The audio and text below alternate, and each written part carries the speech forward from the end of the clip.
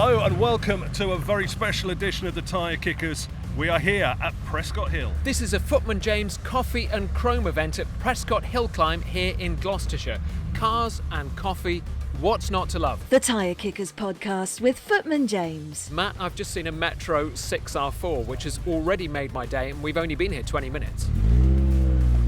Yeah, well, don't peek too soon. Plenty of cars to look at, Max. Yeah, it's a sunny summer Sunday morning. We're here with the smell of unburnt petrol and a bit of roasted coffee beans wafting over as well. Perfection.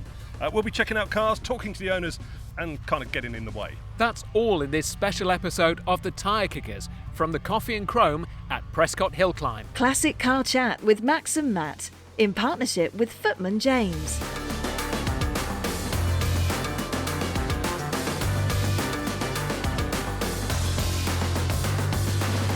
Well, yes, welcome to Prescott Hill for the Footman James Coffee and Chrome event. It's one of several events they run throughout the year. The cars are coming in, a Mini's just gone past, an E-Type's just gone past, two fields, expecting around 400 to 500 cars here today.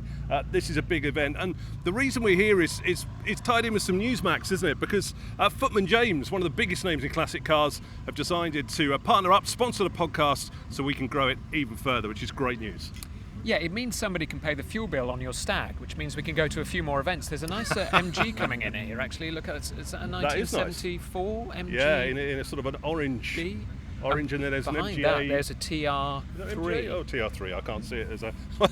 Ironically, there's a breakdown truck in front of it, which is welcome to classic cars. Does it come for your Stag by any chance? Yeah, it has. But so this gathering is one of the first Coffee and Chrome events. It's the first, actually, in 2026. And people are here at this historic hill climb, although they're not going up the hill, are they? No, they can only do so many hill climbs in a year. The MGB is that lovely burnt orange colour.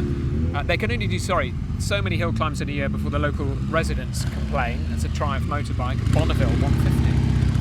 Nice. There's another Coffee and Chrome in October at the British Motor Museum, but this is a really exciting day at Prescott Hill. The sun is shining, and we are expecting quite a few interesting cars. Well, it's quite a historic site, this. I don't know much about Prescott Hill, but you're a nerd, you probably do. Well, Prescott Hill was bought by the Bugatti Owners Club in 1937. And racing meets up the hill have been held here since 1938. Now, Sterling Moss made his racing debut here in 1948 as a Porsche 928 just coming in. That's nice.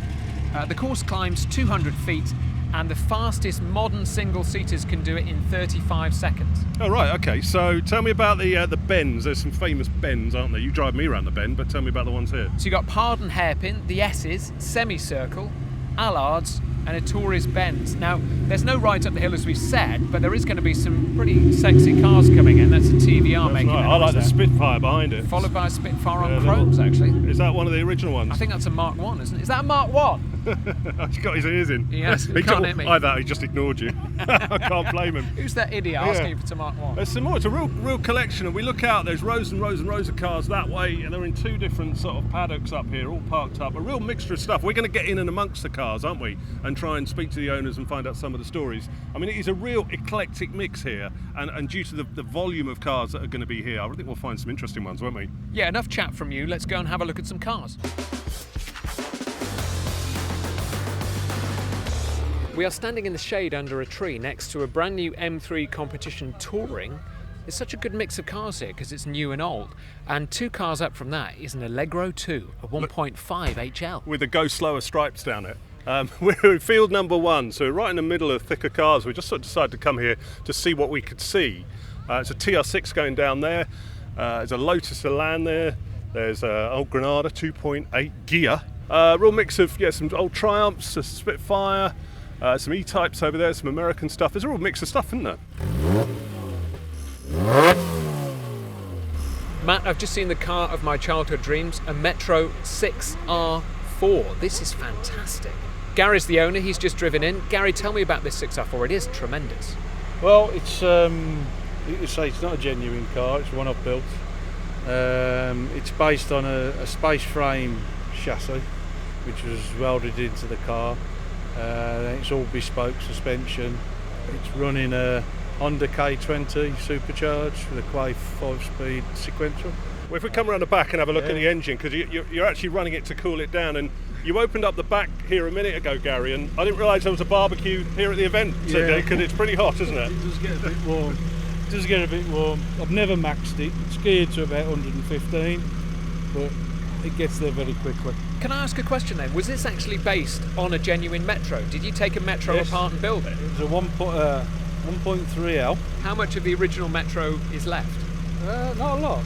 The roof, the sides, well, the side quarters. The actual shell of the car is just a dressing, really. You know, you could take that all off and still run the car. What do you love about this car?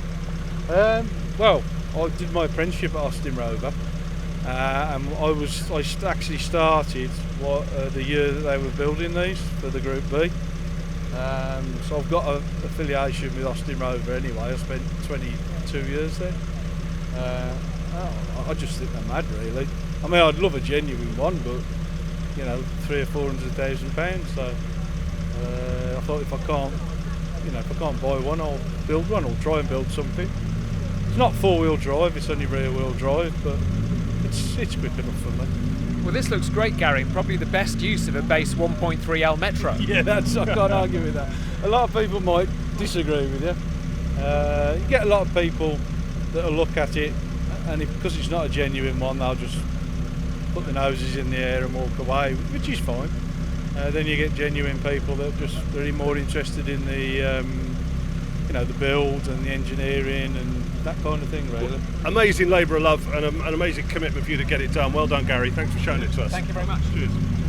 Mark, you've just arrived in a beautiful XK140. What colour blue is this? I'm just someone who drives it. It's one of my dads who passed away, but he had quite a big collection, and this is one that we've got to get round to selling. So, Mark, I noticed when you're coming in here, you were keen to park up pretty quickly. It was getting a bit hot, the old girl, was it?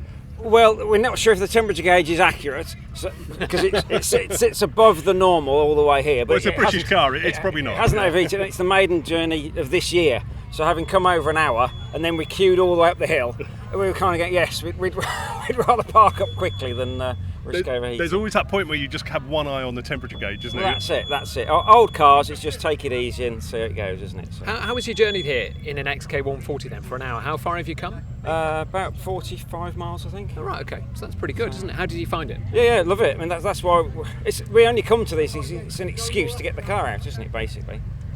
So yeah, that's why. So yeah, just I'll sit 55-ish most of the way, and yeah, lovely. Well, get yourself a coffee and decompress. Yeah, thank you. Thank you very much. Cheers. Cheers. Jim has just arrived in an orange Datsun 280Z. This is a left-hand drive one, but it looks like a bit like a 240 or a 260. So what's the story with this one? Yeah, well, this was imported from the States, I think about 10 years ago. I've had it for 5 years. I've kept it left-hand drive, so it's got the originality, because we go to France in it. So you're on the right side of the road over there. Perfect. And tell me about the 280Z then. So what's the differences with this? What do they do on this one that they didn't do on the earlier ones? The whole process of the 240 through to the 280 and then on to the 280ZX was each one was an improvement on the last. So the electrics were upgraded.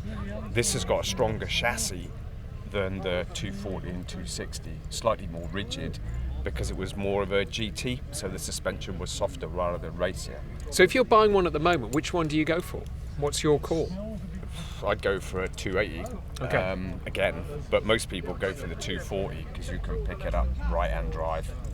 And it's the classic, it's the one everybody knows. Now, before I say this, we are big fans of these cars, but what about the dirty R word, rust? Yeah. That was a deep sigh, wasn't it? Well, none of them, the ones that went to America, so this one, had much in the way of underseal. And basically, on the way to America, they dropped some off in the UK, and they weren't undersealed at all. I mean, there's a picture of some of these, and all it's got is 4 wheels, a diff, a prop shaft, and an engine, because everything else is just melted Well, it makes away. it lighter, I suppose. Makes it go faster, I think, doesn't it? Yeah. Well, yeah, it's easier to kind of modify from that point of view. So what's your mindset then when owning one of these? Are you accepting it's going to be a little bit, they're going to rot a little bit in places, or? For me, yeah, some people just get the car, strip it down completely, and get the whole thing done, and then get it properly rust protected before they build it back up. Yeah, So that's quite boring though, isn't it? Just enjoy it. for me it is, yeah, because this is kind of a rolling renovation. If you look at the back, it looks almost the same colour, but that's red oxide. Okay. So everything I'm doing at the moment is just painted in red oxide, until I can get it sorted and then get the whole thing resprayed. And what is it you love about this car? What makes you smile about it? Do you want me to start the engine? Oh, Yeah, go on, yes, then why please, not? yeah. That would be it. You get round and start the engine, and we'll just hang around here by the exhaust, which is what we're doing a lot of today, isn't it? What did you do today? Well, I hung around a load of exhausts. Men's exhausts. Right, you're starting it up. Right, that's priming the fuel system. So what's the start? Talk us through the start-up technique. It's What, cross your fingers and hope, or is it? no. This is fuel injection. Oh, okay. So you've got to give it, because it's an old fuel injection, give it time for pressure to reach 3 bar. Okay.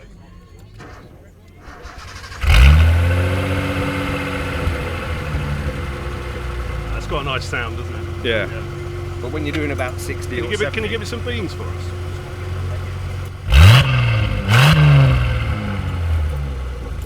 it sounds better at the back. It does sound good down here. It's definitely sporty sounding, and it looks great. It looks really, really nice, and I love the fact it's got that kind of original kind of look to it. It's not a show queen, is it? It's a usable car. This is, I use it, do the shopping in. It's not quite a daily, but it's a kind of a weekend car for doing absolutely anything and everything in. Fantastic. Well, thank you for Jim, thank you showing, very much. showing No us your worries. car. Cheers. Enjoy. Thank you. Cheers, guys. Well, I'm pleased to say after a bit of looking around, Max, we've found one of Britain's finest examples of classic cars. But we're not going to talk about that. We're going to talk about this, the Triumph Stag. Yeah, we've had enough of that. Let's move on. So yeah, when you own a car like I do with the Triumph Stag, you look at it with different eyes. So you go round, don't you? When you're a casual observer of another car, you kind of take everything in. Whereas this, you just go, oh, what have they done with that? What have they done with that? This one is quite a nice, tidy example. There's a few things I would probably do on it. What but colour is this? What colour do you call this? This red. So this I'll is just call it red. You don't know the factory colour? No, I Is think yours it's. factory colour or not? I can't remember. Oh, I can't remember. I think you'll find it's no better than factory. This is. I think it's not the dark carmine red. And it's not the pimento, or unless it's faded pimento. I don't know, Max. You know these sorts of things. I don't. But I wanted a red one of these, and I think the red pings with the chrome quite well. This is a a Mark manual. II? This is a Mark II. Yeah. Okay. You can tell it's got the sill covers at the bottom there, and the later wheels, and also the dashboard. Oh, hold on a minute. Oh God, I'm going to get like you. God, here we go. I think technically this is a Mark 1.5. It's got Mark 1 dials, and has it got Mark 1? Dashboard looks nice. What's that switch down there? Oh, Ken Lo fan. Well, Ken's a big guy in the Stag world. Yeah, they did with these, surprisingly, this is going to shock you about the British car industry, but when they launched the Generation 2, they still used up all the parts for the Generation 1. So a lot of these cars are a bit like, sort of a bit Frankenstein. And I think this is one of them. It's got old dials in it and newer bits, because those sills were added to the Mark II. So it's a bit of a mishmash, this one, but I think they do look good in red. But I think with Stags can look tired quite quickly, and there's certain things I see on this that I would just change because I think they catch your eye, door handles, that sort of stuff. Hang But on, anyway, I think the owner's over there, so it's like quick go, run. Max, we've just found this beautiful blue Chevy Bel Air, and round the back is Rob, just in the boot. Rob, just slam the boot for us. That's it, and we'll get you to chat to us. that is a good sound of That is a good 1960s sound. Solid. Americana. You can tell it's not British. Tell us about this car then, because I don't know much about American cars. Well, this is a 1960 Bel Air. It was actually made, parts are made in Tarrytown, New York, in early in the production run. So that was about September 1959. Shipped to Australia, assembled at the Holden plant in Australia in late 1959. Then shipped to Burma, where it was bought by a newspaper editor and ran in Burma. I bought it in Burma in a shocking state around late 90s and brought it back to Britain in 2003 for a rebuild. Beautiful colour, Rob. What is it? It's a light blue. It's called Horizon Blue, and the white top is ermine white. The Fender guitars made all their colours based on these kind of car colours back in the day. Yeah. I mean, it really pops in the sun. This is It's beautiful. lovely, isn't it? I would describe it as a baby blue. You know, it's that that's kind about right, or powder blue. of powder blue. It's sometimes absolutely call beautiful. it. It's a big old beast, though. I mean, how do you cope with these sort of narrow streets around here? Well, it is big, but it's really only the same size as a long wheelbase Transit, and they go everywhere. And you've put a modern LS3 engine in it. Yes, because the original engine and gearbox and all the interior was stolen while the car was in bits. I think scrap metal people may have had those. Oh no, so it was actually nicked, so you just were left with a car shell. Yeah, so after that I've unfortunately sort of looked at it for a couple of years because I really didn't know quite what to do with it. But my next door neighbour is a retired aerospace engineer, who'd also run a garage, and he said, "You can't just leave this thing. Let's do something different with it." So we did. And it must go like stink with an LS3. It does, yeah. It was mapped at Wartec September last year, so it's now about 450, 460 horsepower. Wow. And these things are actually not that heavy. It's probably about 1,700 kilos. So it goes really quite well. Well, great story. Well done for keeping it going. Well done for rescuing it. It's like a sort of sculpture on wheels, isn't it? Looks beautiful, it must look doesn't it? great going down the road. So enjoy the show. Thank you for talking to us. Thank you. So Sean is here with a beautiful original Ford Escort Mexico. This is a Mark 1 Escort. Mark 1 Escort, that's right, 1971. We've had to put our shades on, Max, haven't we? Because it is a very, very bright colour. Oh, it's a beautiful colour, lime green. Lime green, or officially Le Mans green. So tell me about this car, because this is an original unrestored Mark 1 Mexico, so that makes it super, super rare. Yeah, I can't claim all the credit anyway, because the gentleman who bought it from Roger Clark Cars in 1971 had the car for 50 years.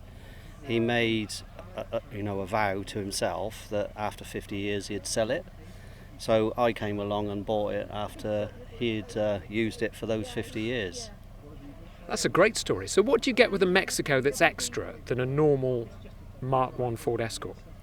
So a base model would be 1100 engine. It went up to a 1300 engine, and then finally the 1600 engine. But the Mexico is the one that the people liked and sought after. The performance is 86 horsepower, so in today's terms it's not a lot, but it's still quite sprightly. It's a 4-speed box, so you can get it revved up, into the high RPM, and it goes along nicely. It's a beautiful car and needs to go for serious money now, Sean. Are you not tempted to sell it and maybe buy, I don't know, a yacht? Nah, it would only be a very small yacht. But yeah, you're right. I mean, people are just mad for them. I've always been into Fords, and I've owned quite a few of these now. They are, to purchase, they are quite an outlay, but to maintain them, they don't cost a lot. Because it's an original, can we actually go inside it? And this is a strange question to ask a grown man, but can I smell the interior? Because it's original Ford interior, isn't it? It's going to smell like a 1971 Ford. Well, you do the taste. You do the sniff test. The sniff test. Yeah, okay. Well, let's go in. Right, I'm sure this is going to smell Sean's just just putting like the key in the door here. old Ford. It's going to be fantastic. Right, I'm going to stick my head in. Yeah, that's the smell of kind of Ford vinyl overheating, isn't it? Yeah, I mean, we've got quite high temperatures today. I always ask that question because I never knew, and there's lots of things you learn as you go. And one of the most logical explanations I was given for why does an old car smell kind of unique against other cars, and I was told it's down to the horsehair in the seats. So okay. There's something unique. That's off Dagenham horses. Yeah, it could well be. Yeah. It's beautiful and really, really original inside, which will get him excited because he's Mr. Originality. I just love the Mexico had that extra rev counter and the extra engine temperature gauges, didn't it? Yeah, the 6-dial dash is what they call it. The lower spec versions just had 2 clocks. Lovely, Sean. Lovely car. Don't let anybody ever restore it. Don't let anybody touch it. Well, it'll only be in my custody, and then I'll hand it down if my son or even grandson gets to the stage where they want to take it on. Oh, it's a keeper, this car, then, is it? Yeah, it's pretty much a keeper. I mean, it's taken me a while to find something like this, because if you can try and find a previous one-owner car, and the gentleman obviously looked after it very well. He kept every single receipt. He recorded every single time that he made any maintenance to it, so like plugs and points and timing and oil.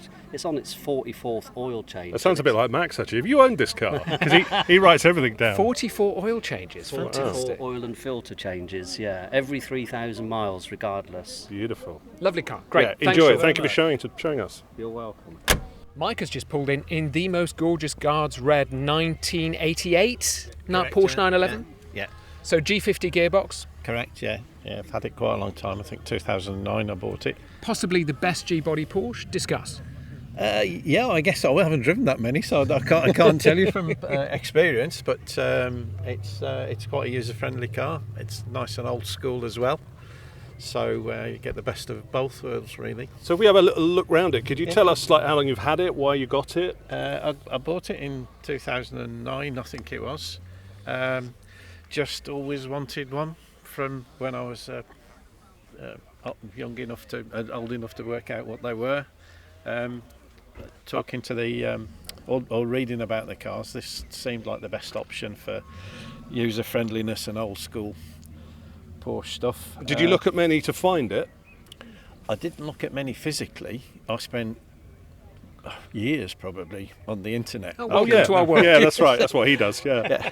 It's a beauty though. You've done really well. And also, do you know, I'm not that knowledgeable about Porsches, but one thing I do know, this is a great car to take to car meets because you can stand your bacon roll on your coffee. Indeed, on the spoiler on the back, you can't can, you? yes. It's a huge T-tray spoiler. Best not to sit on it. It's a whale tail actually. Oh, it's a whale tail. The T-tray's on the turbo. Oh, okay. Well, there you go. Look, this is why I don't know about Porsches. Max, take over. I'm so embarrassed by that mistake.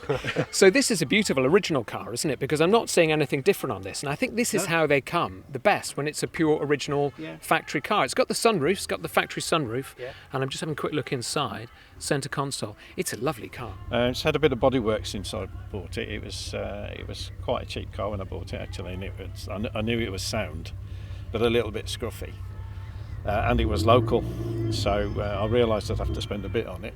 It's done 148,000 miles, I think, and I bought it with 120 on it. So. And has that had an engine rebuild yet? Nope. Oh wow. Well, certainly there's nothing in the history file that says it's had anything done like that. That's gearbox. pretty good, isn't it, for a flat six? I think it is a beauty. If I was going to get one of these, I'd get this. I think this is a beautiful car. It's in a great colour. The red and black works really well. To describe the red, it's Guards red, isn't it? Is that right? I think it's Guards red. And it's really. I've got sunglasses on, and it's really a really bright, vivid red. Yeah, but the black on red just looks fantastic. It looks really good. Sunroof's open, windows are down, and it looks classy, doesn't it? It looks a classy car. So, yeah. I think this is the car that if you think Porsche, this is what you think, isn't I think it? so, yeah. Yeah, I think so, particularly from that era. I mean, it's a typical yuppie car of the time, and I found out that the original owner did work in the city. Oh, right. The car came from a dealership in Kensington. Ticked every box in that case, and every cliche. It was brilliant, yeah. Yeah. Oh, thank you very much for showing welcome. us. It's a fantastic car. Let's have a look around. Max, don't lean on the whale tail. It's not a T-tray, by the way. You got that wrong. T-tray, No, you got that wrong. It's a beauty, isn't it? You've got a Nürburgring sticker. Have you been around the Nürburgring in it? Have you? How was that? Yeah, it was. I was with my wife actually. We went for a holiday in Belgium and Germany, and we decided to have a few laps around the Nürburgring. Unfortunately, it was wet. I say fortunately because the bikes don't come on to Nürburgring when it's wet, and as it started to dry out, the bikes were starting to come, so we stopped. Yeah, but it was really good. Harry Metcalfe is here from Harry's Garage. Hello, Harry. Hello. Yeah, good to see you. You've brought your Testarossa. Now, the favourite bit of your Testarossa is your road trip to Scotland, and you were being chased by an Astramax van, which I think managed to overtake you. Yes. Well, I have responsibility, and people can see what on the speedo. That would have been a very good tussle. Were there no cameras involved, but I was on best behaviour, and it was really good fun. He knew the roads, and if you get up to that sort of deserted area of Scotland, oh my goodness, it's extraordinary. The road serves no potholes, no nothing. You see forever. It was really a special part of the world. Yeah, it's a lovely video, that, isn't it? One of your famous road trips. What is your favourite road trip to do? Because you go to the south of France a lot. Yes. What's the best? What is the best? I've tried to find different routes through France because if you're coming from the UK, it's all a bit rubbish, really. If you're I come from Oxford, to get to the tunnel, and then it's sort of the only nice bit is the autoroutes are quieter, but you have to go after the first day. That's when you get to the really sexy stuff. So I tried to demonstrate there was other ways going into France. I mean, you take a Brittany ferries and overnight, and it dumps you in Le Havre or down that way. It just gives you a better, more scenic start to your trip down. We have a boat in Antibes. We've had a boat in the south of France since 2004. So I have tried every single route down to the boat, and it's getting a bit tedious for some people. People seem to watch it, but the D2 that takes you down into Nice area is very, very special, and that's where you dive through those rocks and these tunnel rocks, and it's just extraordinary. Every time I go down there, and I say I've been doing it for decades, that is a really special bit of road. And the Route Napoleon is good in parts, but gets a bit rubbish as you get closer to the dropping down into grass. And so that's why there are alternatives, which I've tried to show, and people seem to enjoy it. I did take a 911 this year to the D911 near the Miller Viaduct, which is fantastic road. Yes. Unbelievable road. And that was partly one of your videos. I think I saw you went near that, and I thought, right, I'm going to do that as well. And it was a cracker. He also moaned that he didn't see enough classic cars on the French roads. Yeah, I know. You just want desperately to see De Chevaux and Renault 4 sort of pottering around, but they're rare sights, really.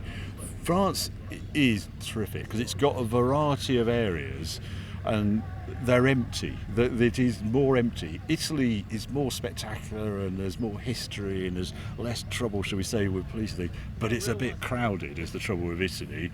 You have to go really quite south in Italy, but there's a freer sense of sort of enjoying cars more in Italy than there is in France. Spain, Portugal, fantastic, absolutely brilliant. It's the effort it takes to get there. So Harry, we're at this Coffee and Chrome event. We're surrounded by hundreds of different cars. I mean, you've got a very eclectic collection of cars. What's turning your head in classic cars at the moment? What makes you stop and do sort of an owl movement with your head? Well, there's quite a few here, isn't there, to look round. I always have to look at the classic minis. I don't know why. I'm always drawn to classic minis, and there's a Radford up there, and there's Coopers and big roofs on them. I'm having a particular look at transaxle Porsches, as we're now starting to call them. I've obviously just got the 928, and there's 944 I can see over there, and there's 924. I think that is a space that is changed. I think because 911 has got more and more expensive, particularly the classics. People want to own Porsche, but something a bit different, more affordable. And a 944 turbo, if you can find a 944 cabriolet, I think they're fantastic things. Those S2 cab would be very tempting to me. So there's some of those. I'm trying to think. There's McLarens here. There's a little Land. There's a Lancia Fulvia 1600 HF. Oh, they're cute, aren't they? Yeah, they are. They're just, it's covered in lights, covered in stickers. They're great to see. They're not cars that are going to appreciate in value and go amazing, but honestly, they're extraordinary driving machines. And where do you sit on originality versus like resto mods and stuff? I'll give you an example. Over there's an MGB, a Frontline one, absolutely beautiful. And over here is an original Mexico. Which one floats your boat? The Frontline. If you drive a Frontline, I'm with you. He doesn't like them. Oh, Too expensive. Yes, they are. They are very expensive. But I just think MGB GT is one of the best looking cars on the road, and it just gets better looking, and it's British, and we ignore them. And yeah, I can remember classic car makers said, you just put an MGB on the cover. But the reason they were so popular is because they were so good and so loved. And Frontline will put air conditioning in it, and they make it go very healthily. But I think that's a really interesting car. Escorts. It's funny that I just don't quite get the value on them. There's that Resto Mod one that was at London Concours, and it's £300,000, but it's a limited run. But I just can't see the value at that. They are huge fun, but I was from an era. I grew up in the Wirral. We had Chester Demon Tweaks, and we had Bubble Arts Escorts were £400-500 at the time, and you kept them until you just couldn't get an MOT on them, and they were twin Webers, cross flow. So I'm in the wrong era. I just can't get over the value of them. There's other cars I'd take. I'd take the little Elise before I had one of those. That's one that sort of misses me by. But there's plenty of other stuff. Those Aston Vantages, I can't get over their value. So cheap they're at the moment. Real value. Unbelievable. Hand-built British V8, and they're going for like 20-25,000. Yeah, and TVR. Look, there's Tuscans in there. God, they look, that interior, they're fairly sorted now. Or Chimera, I was looking at one down there. I was always told, I had a 500 Griff, and I said, if you want a reliable TVR, get one that is basically the engine is created from Land Rover. So you look for the 4 litre or 4.5 litre, and not something that was played with in period to make it 5 litre. That's where the reliability issues come. Now they're probably all sorted, but a 4.5 Chimera, I think that's a fantastic buy in the teens, 15, 20,000 for one of those. I'd love one. This is a great event, the Footman James run, this Coffee and Chrome thing. You get involved in it. What would you say to people who've never been to this, never brought their car to it? Well, it's just we all want things to do with our cars, and it's just the surprises. I've just noticed a Diane 6 over there. I had one as a 17. I have to go and see that. So it's just a bit of fun. You can talk nonsense for a couple of hours and go home, and then just join in with the family again. You could have a great time driving one of those around your fields, couldn't you? That would be fantastic. That's it. That could be your farm car. Yeah. The nice thing about classics, there's always one more car, isn't there? To look at. I know. I thought that was a Maserati bi-turbo Spider down there, but it's an SL500. But yeah, you have no idea what's going to turn up. And being this, Footman James Coffee and Chrome, they're quite a big organisation, so there's more stuff to see. It's a bit like the Goodwood breakfast meets, well, they're almost too busy when you're queuing outside and things. This is just about the right size. There's lots of variety, but you're not having to queue outside for hours to get in. Or overheating in the traffic, which is the problem with a couple of cars, isn't it? Yes. Great stuff. Well, thank you very much for taking the time to talk to us, and thank you for bringing your car, and good to see you.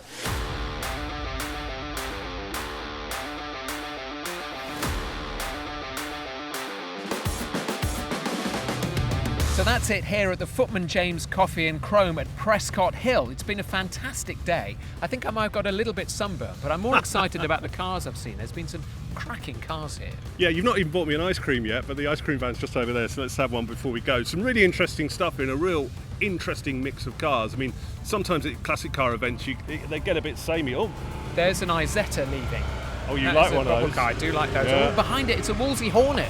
Fantastic. Do they want a spare grille for it? Love a Because you've got a Wolsey spare Hornet. grille. I have. It's in my attic. Yeah, that's a Mark III, I think. That's really nice.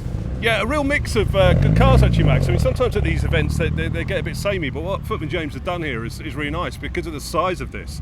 There's a real mix. There's stuff that I like and stuff that you like, which, as we found out, are both different things. Very, very separate things. Well, we'll be reporting from the Coffee and Chrome events throughout the year, won't we? So there'll be more of these to come. If you like the sound of this one, you want to get involved in the next, sign up to Footman James Coffee and Chrome.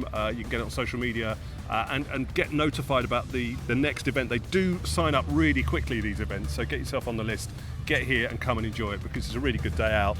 But yeah, thanks to Footman James for getting involved in the podcast. It's going to allow us to do more things, more road trips, bigger and better, more crazy ideas. And talking of crazy ideas, to come next time, we're back with a surprise new car. Max has bought a brand new classic car. He won't tell me what it is. We're going to do the big reveal soon, but I will be there on hand on your behalf to point at it, pick holes at it, and try and find the rust. That's to come next time. That's in the next episode of the Tyre Kickers. See you then. Goodbye. Bye. Classic Car Chat with Max and Matt in partnership with Footman James.